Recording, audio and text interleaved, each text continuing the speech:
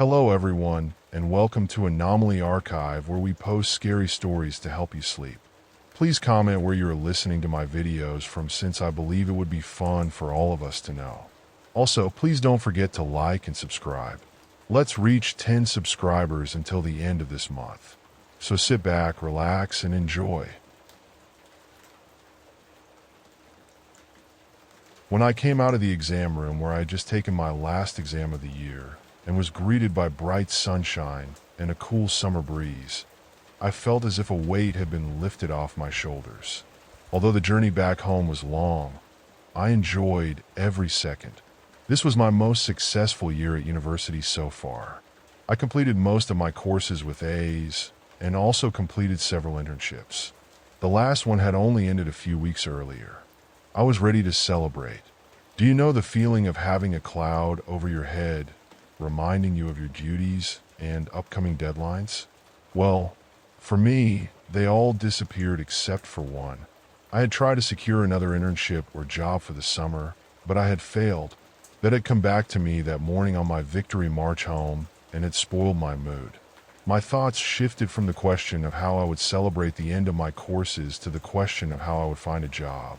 As I left the university campus and approached my street, my pace had significantly slowed as my thoughts wandered. My gaze accidentally fell on the cemetery across the street, something I often glanced at while passing by. It had always felt out of place to me, amidst residential buildings and houses mainly inhabited by students. However, it wasn't just its location that felt strange. It had to be the most heavily fenced cemetery I had ever seen. The fence surrounding this square plot is about 8 to 10 feet high and of considerable quality. One can assume that the person who erected it wanted to do more than just mark the boundaries of the cemetery or decorate it. Except for the menacing-looking gargoyles at each corner, the fence was certainly built to keep people out. At this towering fence, I had noticed a new sign, and although I was still on the other side of the street, the huge text, "Help Wanted," was more than readable even from this distance. I had never seen a single sign on the fence, which piqued my curiosity even more. So I crossed the street to get a better look at it. As I approached the sign, I could quickly make out the remaining text. Further information can be obtained at the security hut. Inside, I took a look at the sign, on which I could see the silhouette of a man in the small wooden cabin. Without hesitation, I went inside. The man behind the counter must have noticed my approach, for he stood up and came towards me with a sincere, friendly expression. Although he looked like an older man due to his white hair, he seemed quite healthy and lively for one, as he was wearing an elegant black suit. "How can I help you today?" he asked in a warm tone, with a deep and relaxed voice. "I just noticed a sign on the fence there. Is that for some kind of work or something?" I asked uncertainly. He shook his head back and forth. "Any kind of work," he replied. I stood there in silence, probably showing an expression of refusal, while I waited for more details. "Why don't we take a walk?" he added with a slight nod and a grin as he stepped onto the cemetery path. I followed him and listened attentively as we walked past the rows of gravestones. "I don't want to waste much of your time, so I'll get straight to the point. This place has existed for a long time. I would say longer than you might suspect. Many values have guarded him over time. I have been in this position for more than 40 years, and I have no intention of changing that anytime soon. However, some, what you might call, mitigating circumstances have led to me having to leave my post for a few days to attend to another matter. And those I would normally ask for help in such situations are not available. The task I am offering you is simple. Take over supervision for one night, and only for one night. A night that just happens to be exactly a week from today." I barely paid attention to the first half of his words, as I was more focused on the fact that he mentioned the job was only for one day. "I'm sorry, sir, but I'm looking for a proper job, not just a day's work. That's simply not enough to—" He quickly interrupted me. "For this shift, I offer $2,000 in cash in advance, completely unofficial." In sheer shock, my mouth was open for a few seconds before feelings of disbelief, doubt, and mistrust took over. I don't think we can do that. No, none of the jobs at the university would work like that. That would be unacceptable, you. He interrupted me again. This cemetery does not belong to the university. If it were up to you, this place would have disappeared long ago. You have no say in the matter, and thank God for that. I was speechless again, unsure of what I had just gotten myself into, or what was even going on, because one must have felt this, because his facial expression changed. My name is Marcus. I assume it would have been appropriate to start with that. When he introduced himself, I also told him my name and reluctantly shook his hand. He stopped, turned to me, and stared at me for a moment before reaching into his jacket pocket. As I said, I would prefer not to waste any more of our time. He pulled out a set of keys and extended his hand towards me. The decision is yours, but you have to make it now. I slowly reached out my hand and took the keyring without thinking too much about what I was getting myself into. Good.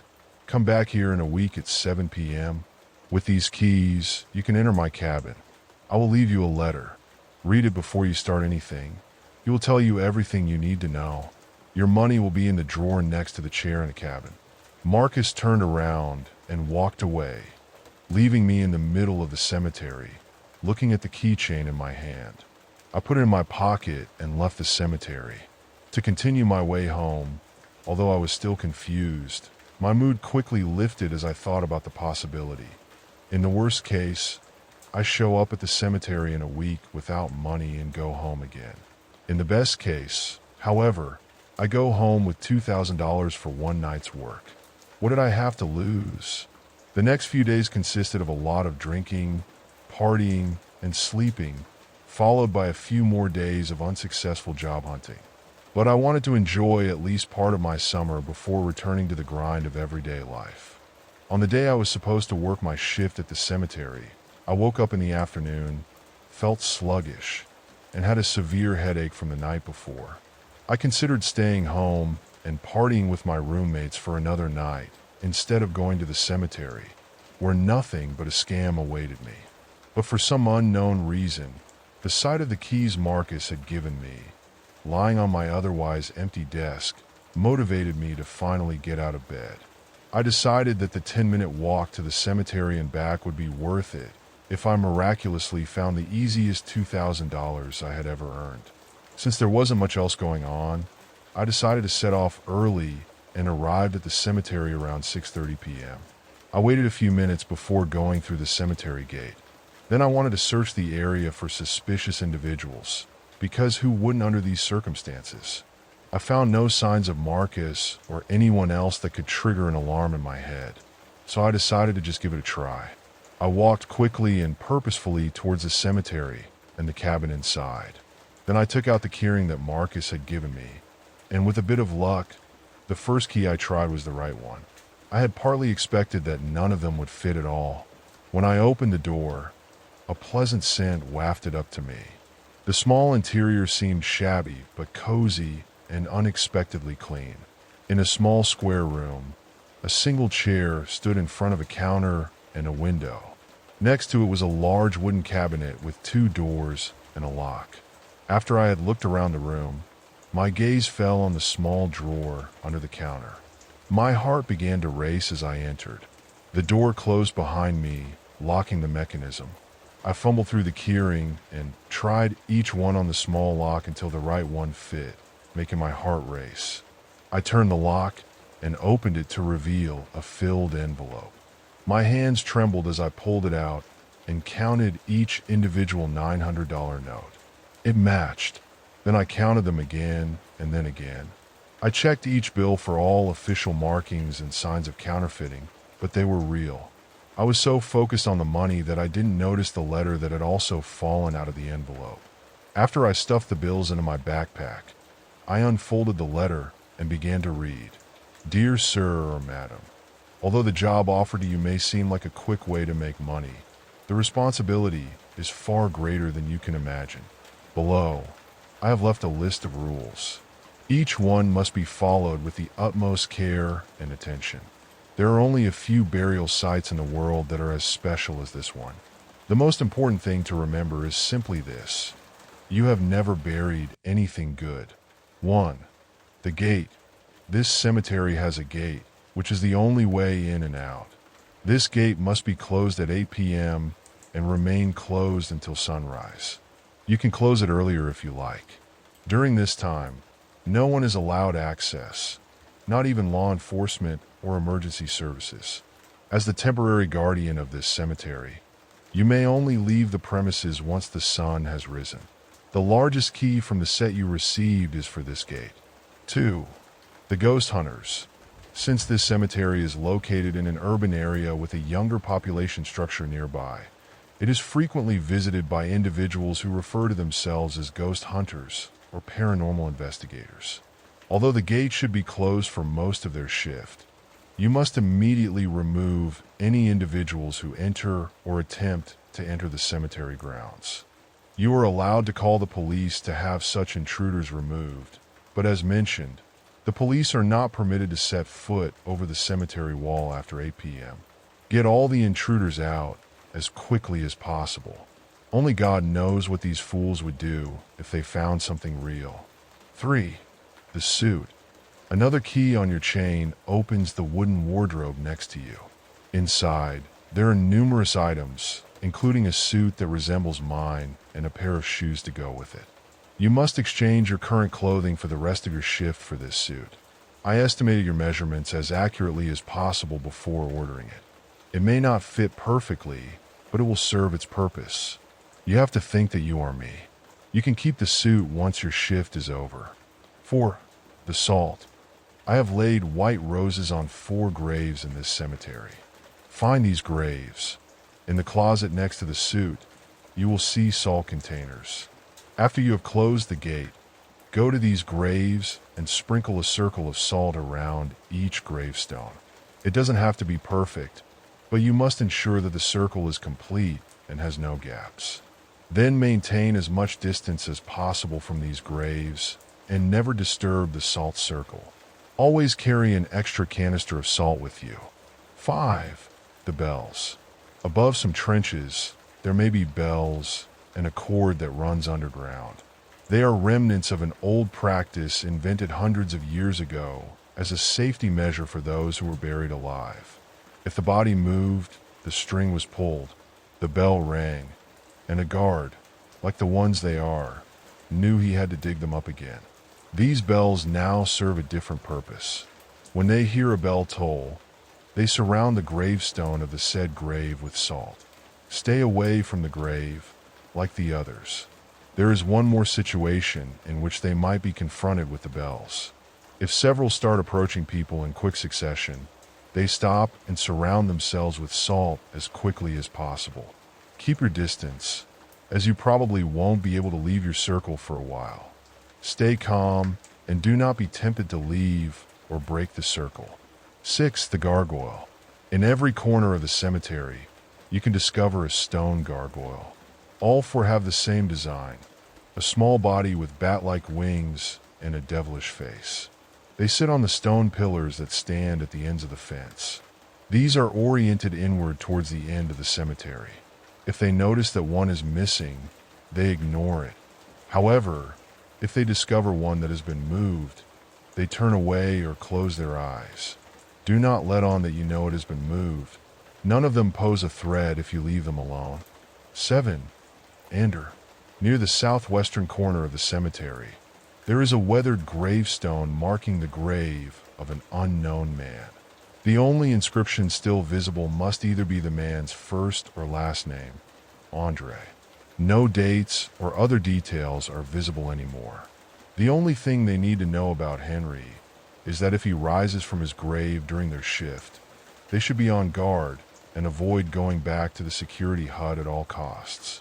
In the front pocket of your suit jacket, there is a small box of matches. Light one and throw it onto the grass on Henry's grave. 8. Don't look at Henry when you see him afterwards. You can return to the cottage when your shift is over. Unlock the gate and leave the keyring in the drawer. All the best and good luck, Marcus.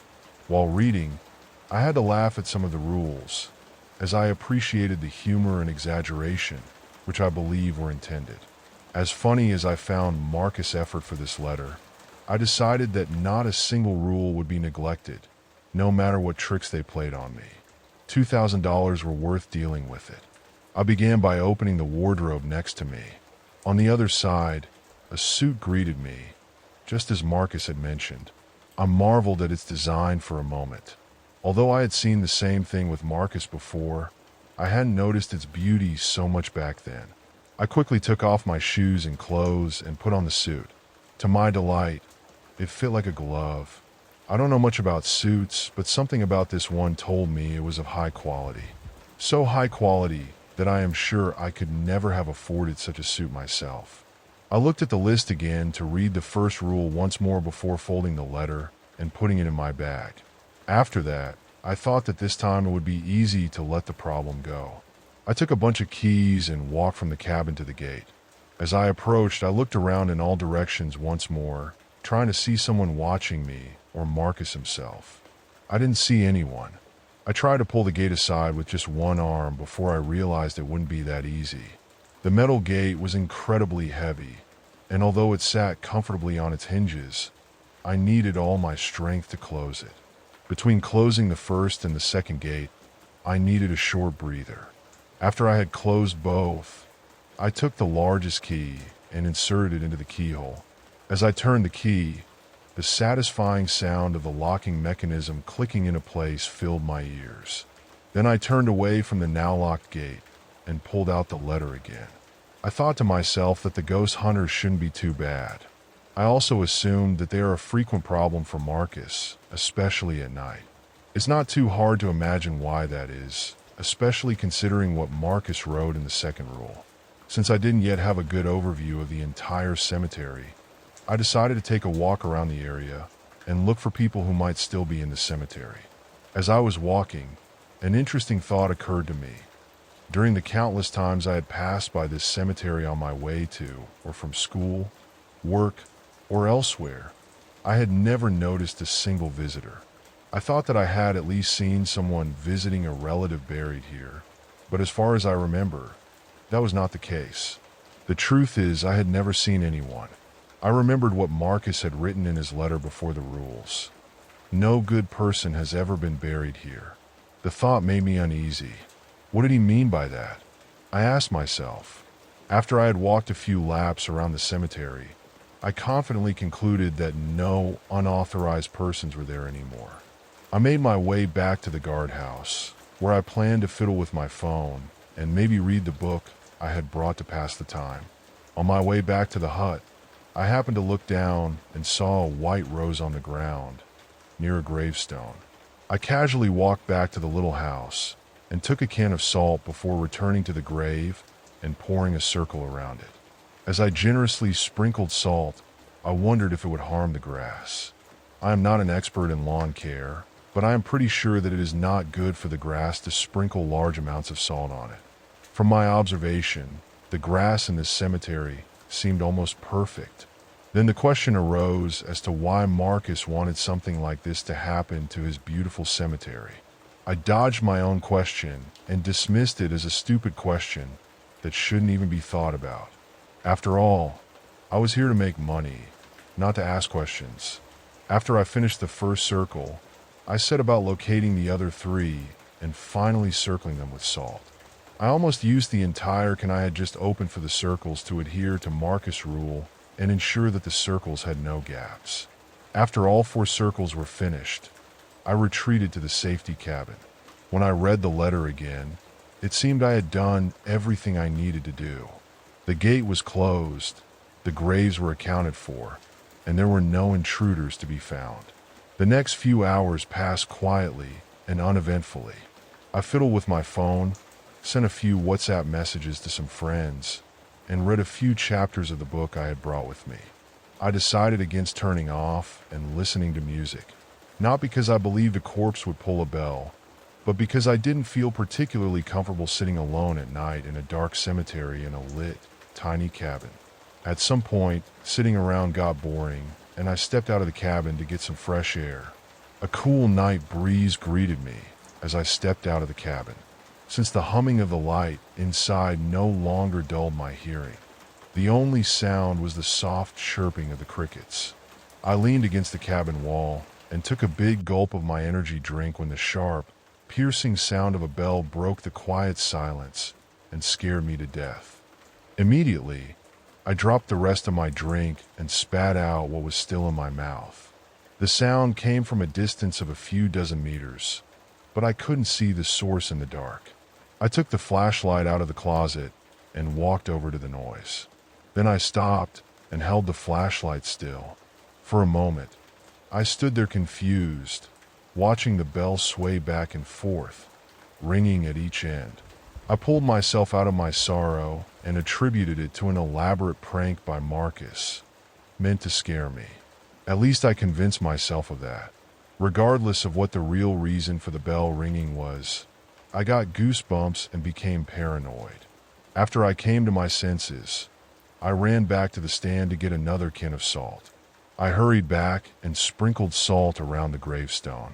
The moment the circle was closed, the bell stopped ringing. I took a step back and took a deep breath before reassessing the gravity of the situation, and then decided that it wasn't so bad. Afterwards, I began to giggle nervously as I slowly calmed down. I turned away from the grave and took a few steps before the bell began to toll again.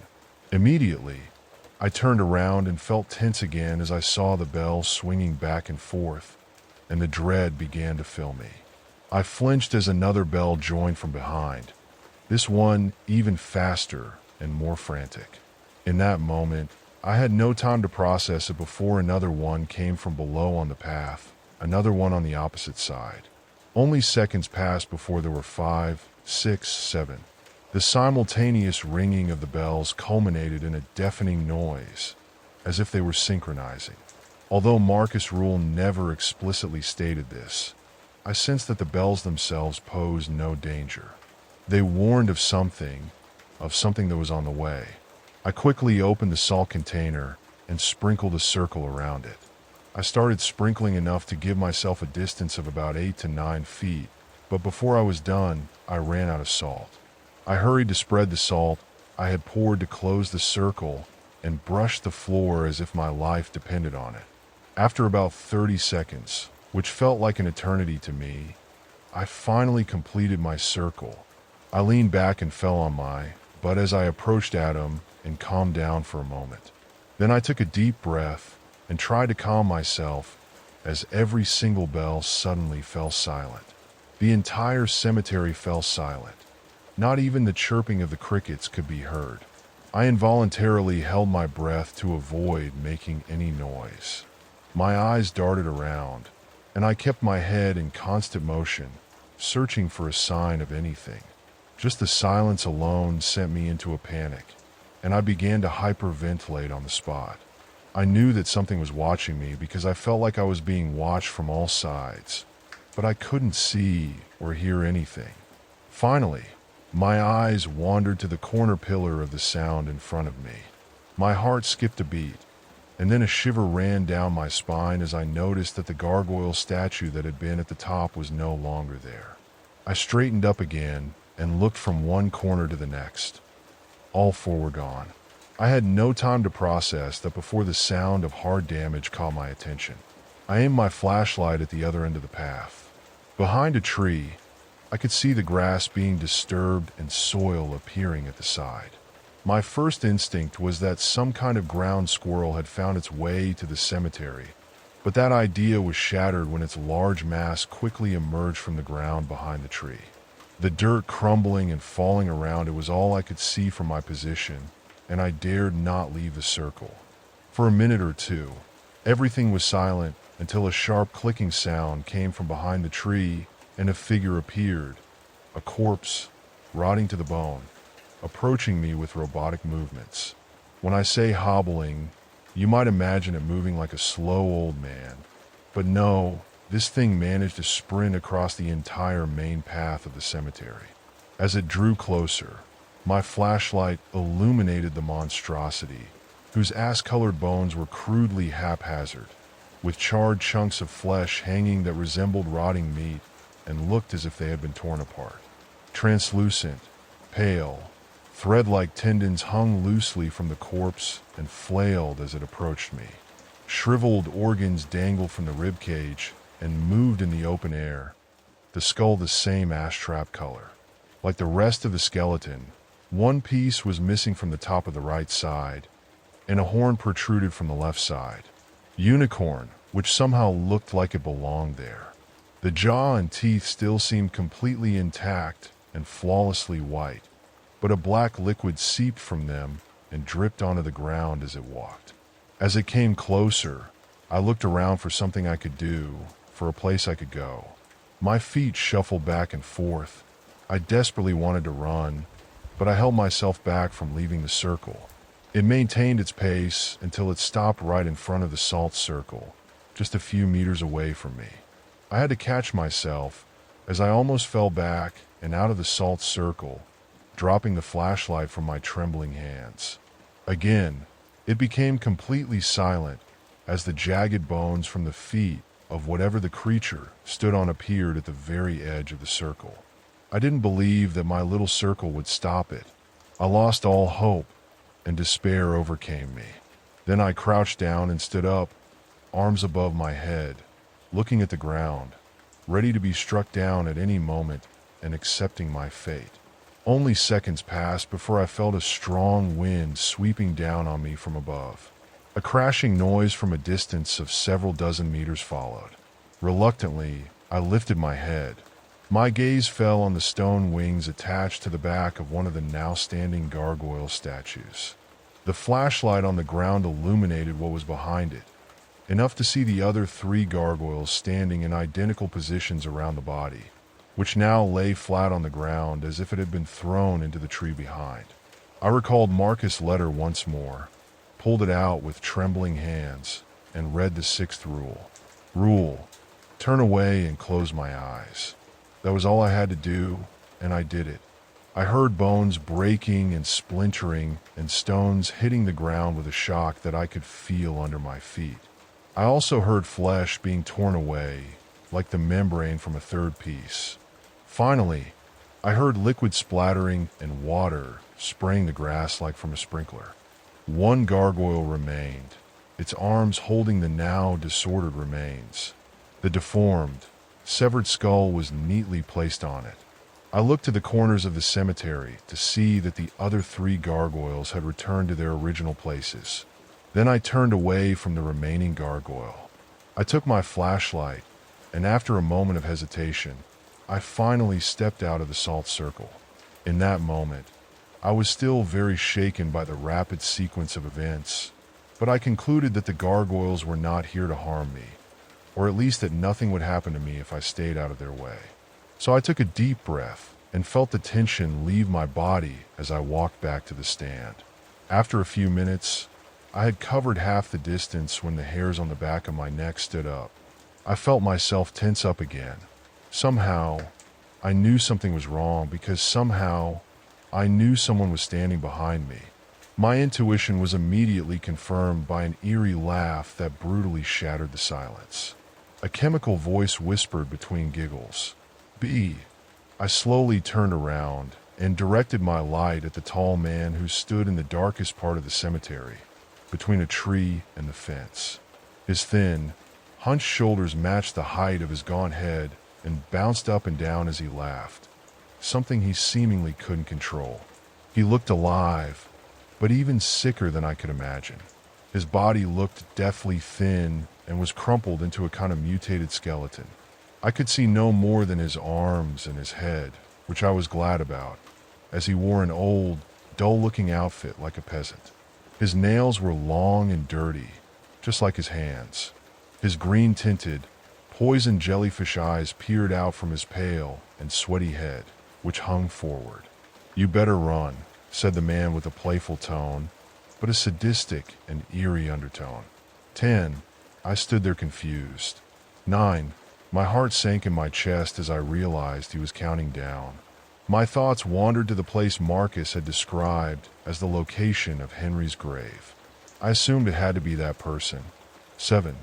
Although the pants I was wearing restricted my freedom of movement, I had never run so fast in my life. 6. He began to call out the numbers louder. I discovered something that looked like the weathered gravestone described in the letter, but before I could see it, I stumbled over a larger one. My knee slammed into it head-on, and I fell to the ground, letting out a cry of pain. 5. I looked up at the gravestone before which I now lay. It said Andrew, and nothing else. There it was. 4. I rummaged through my coat pocket for the matchbox. 3. I quickly took it out, spilling most of the matches on the lawn. 2. I took one out and held it to the matchbox. 1. I struck the match against the box without lighting it. I failed again and again as I hurriedly brushed it off.